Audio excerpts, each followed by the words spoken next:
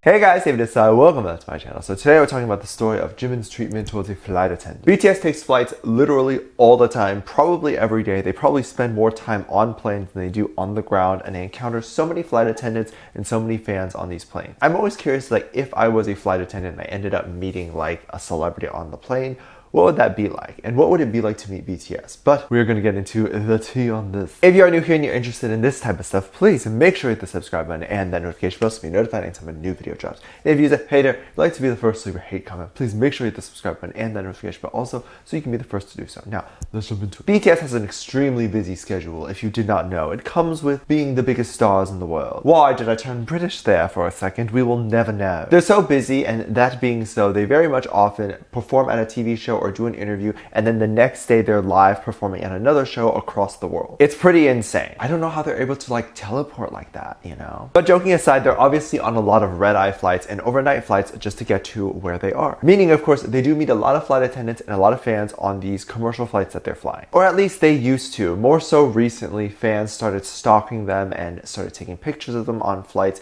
and figuring out their flight time, which is why they had to do less of that. BTS no longer takes commercial flights, so they take a private jet now, so those fans can't stalk their flights. It used to be like a nice surprise, like if you were heading somewhere, there could be a chance that you would run into BTS, and then you would be like, oh my god, BTS is on our flight. Yeah, that's not happening anymore, because BTS will never be on a commercial flight ever again. Due to, of course, these people. They like to lick toilets and snap pictures while BTS is sleeping. You know, the normal thing you do when you love somebody. Anyway, I progress. The flight attendant apparently on this flight was a big BTS fan, but when you're a flight attendant and you're on the job, you have to be professional, and you can't really snap a photo, or you can't really ask them or have kind of like a personal connection with them, because that's not allowed. It's not professional, and BTS of course is always going to be taking business or first class, so this means that it's definitely not okay. You need to cater to the customer's needs, and then you need to leave and kind of leave them alone. These flight attendants that are in first and business class status are obviously highly more trained flight attendants, and they take their job more seriously, and you're supposed to just serve the customer and then leave. You can't really linger around and bother them. So no photos, none of that. In fact, for this particular airline, it seemed like it was in their regulations and the handbook that you could not have private conversations with people or personal conversations with people. I think it's more of an unsaid and unwritten rule for other airlines, because I do see some flight attendants chatting away,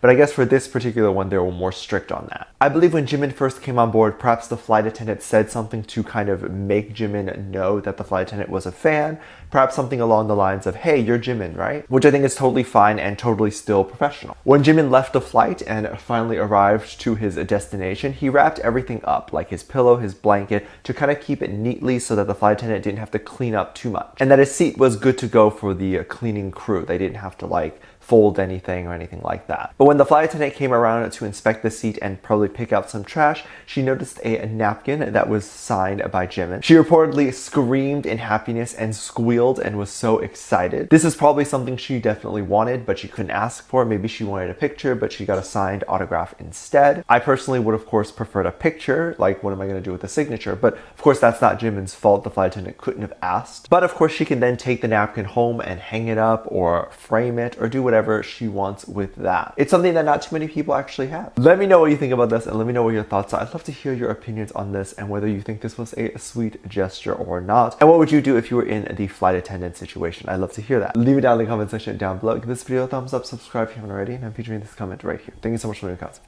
With that said, if you aren't aware, I do have a Patreon, which is a website you can help kind of contribute a little bit back to this channel if you wish to do so. It really helps me keep the videos on this channel going and make better videos for you guys. So anything you can give back is obviously much, much appreciated and will go a long way. You can also get exclusive videos over there, such as live music video reactions, live performance reactions, live ship reactions, any type of that stuff. I'll leave a link in the top description down below, so please go ahead and check it out. It would mean the world to me. There's also 2 videos that will be recommended to you on screen at the end of this video. So I hope to catch you over there. See you then. Bye.